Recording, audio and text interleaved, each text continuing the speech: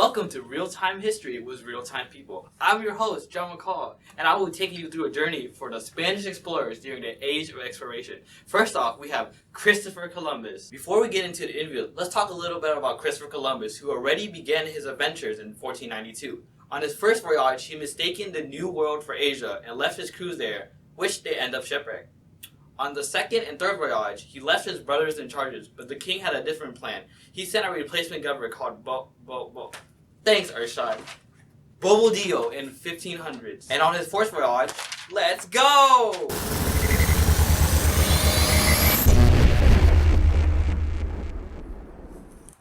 Christopher Columbus, right? State your name. What have you come here for? I am no Indian, if that is what you asked. I only come to speak on the matters. Why are you alone, sir?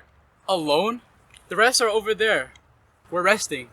Why do you speak so lightly? After what me and my men have gone through, a stranger such as you shouldn't be asking people questions. Sir, I mean no disrespect. I am only curious about your story. How did you end up here? I will not repeat myself. State your name. How did you end up here?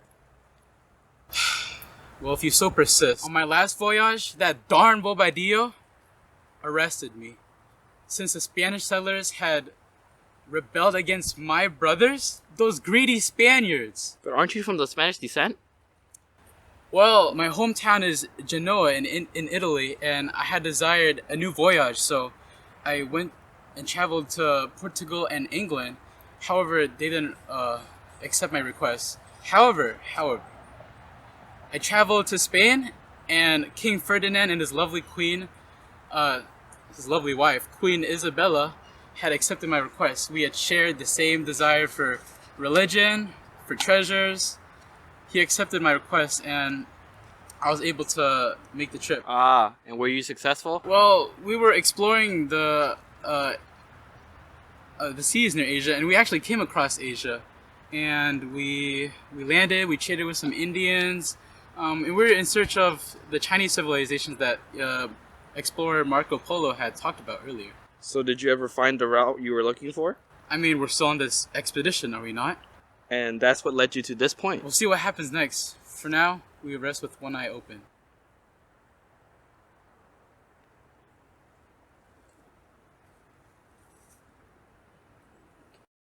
We probably already know what's wrong with his part of the story. He said that he was in Asia. We know that he was nowhere near Asia.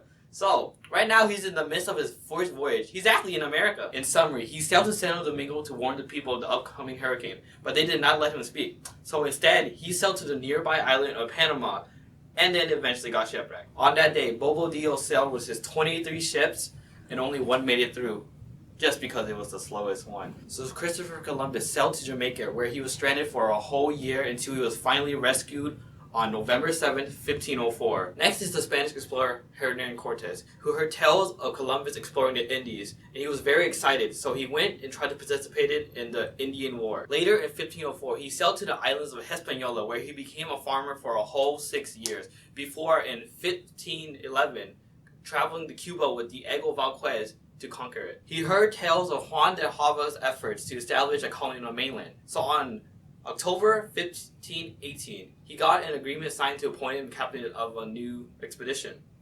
On that expedition, thanks to his knowledge, failed expedition experience, as well as his ability to speak, he was able to gain 300 men and 6 ships in less than a month. He landed on Tabasco on March 1519, where he would later find various crews. The Aztec in the area were bitterly resented by the neighboring Indian tribes because of the tributes that they were forced to pay. So as a result, Cortes gained 200,000 Indian allies, including Tlaxcala, which were in a chronic war with Montezuma II, the ruler of the Aztec. Congratulations on establishing a colony on these foreign soils. Well, you flatter me. Wait, who are you? Men, seize him. Wait. I come in peace to speak to you of your great tales and adventures, my lord. As you can see, I'm unarmed. Here, I bought a treat for you.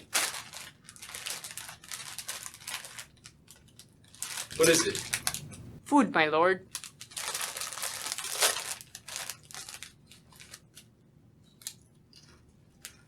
Hold. I'm interested. Speak. Thank you. Won't you be so kind as to tell me about what you are doing right as of now? I heard of a Spanish army from Cuba, led by Panfilo Narvaez, meant to deny me of my right for power. I left the garrison with 80 other Spaniards and a few hundred Tusculans with Captain Pedro de Alvarado in Tenochtitlan and marched against that fool Narvaez. So, how did that go? Of course, I haven't killed him, and I've taken his army for my own. But I didn't realize how reckless our own Captain Pedro de Alvarado would be. While I was gone, he had killed the leading Aztec chiefs during a festival, which had led the Aztecs to besiege our own army. Man, reckless indeed. I'm telling you, we had to retreat from the capital and suffered heavy loss of men and a bunch of our treasures. And so, after retreating for 6 long days, July 1520, we had successfully won the Battle of Atumba from the pursuing Aztecs. What is the plan now? I'll rejoin with my Tlascalan allies and reorganize with my Spanish forces, and we will all march upon Tenochtitlan. I wish you the best of luck on your conquest, sir. Thank you for taking your time to speak with me. Why, thank you. And you're welcome. I'll take my leave now. Back to you, John. Of course, but who is this John? Why, thank you, Bob. On December 1520, he finally arrived at Tenochtitlan, where he subdued the whole city, putting it under siege and conquering it street by street until it was completed on August 13, 1521. Our next guest is Ferdinand Cortes, who was a Portuguese explorer who led an expedition from 1519 to 1522 to East Indies. This was the first circumnavigation of the earth. At the age of 12, Ferdinand Magellan and his brother, Diego, reported to the Queen Leonora's court to act as pages. In her courts, he heard stories about Portuguese as well as Spanish explorers about the slave trade in East Indies. This became the new purpose of his life.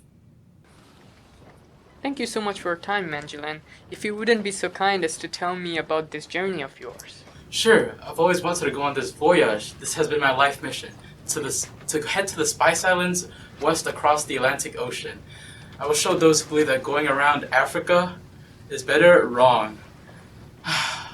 I'll be so rich and famous. Maybe I'll even become the first person to go around the world. Who sponsored your western voyage?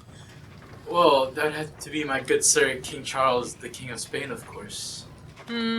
If you were from Spain, why do you have the flag of Portugal on the ship? Well, originally I was from Portugal, and in my time in Portugal, I had seek sponsorship for this very voyage, King Manuel. However, every time I requested, he rejected me. And I became so furious and frustrated. And so I relocated to Spain and renounced my Portuguese nationality. And I seek royal support there. King Charles, he sponsored this very journey. But in heart, I'm still Portuguese. That's such a shame. How far are you now? Well, we've crossed the Atlantic Ocean, and for a shortcut, we took an en route, which I named after myself. And after getting out from that strait, we've expected a brief sail to the Philippines, but it's taking forever. We hope we don't run out of supplies before we get there. But I'm pretty sure we're very close. We'll reach there any minute now. Well, good luck. Why, thank you, but you've never answered my question of how did you get here?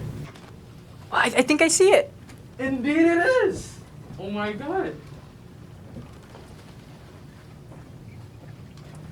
Where did he go?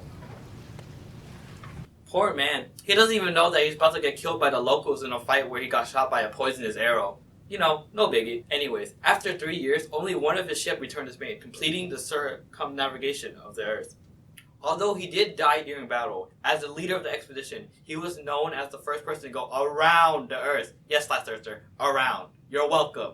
This indeed proved the earth was round and larger than the world was previously imagined. Wow, wasn't that interesting? On today's show, we covered Christopher Columbus, Hernan Cortes, and Ferdinand Magellan, and their contribution to the Age of Exploration. Just remember, I'm your host, John McCall, and you're watching Real-Time History with Real-Time People.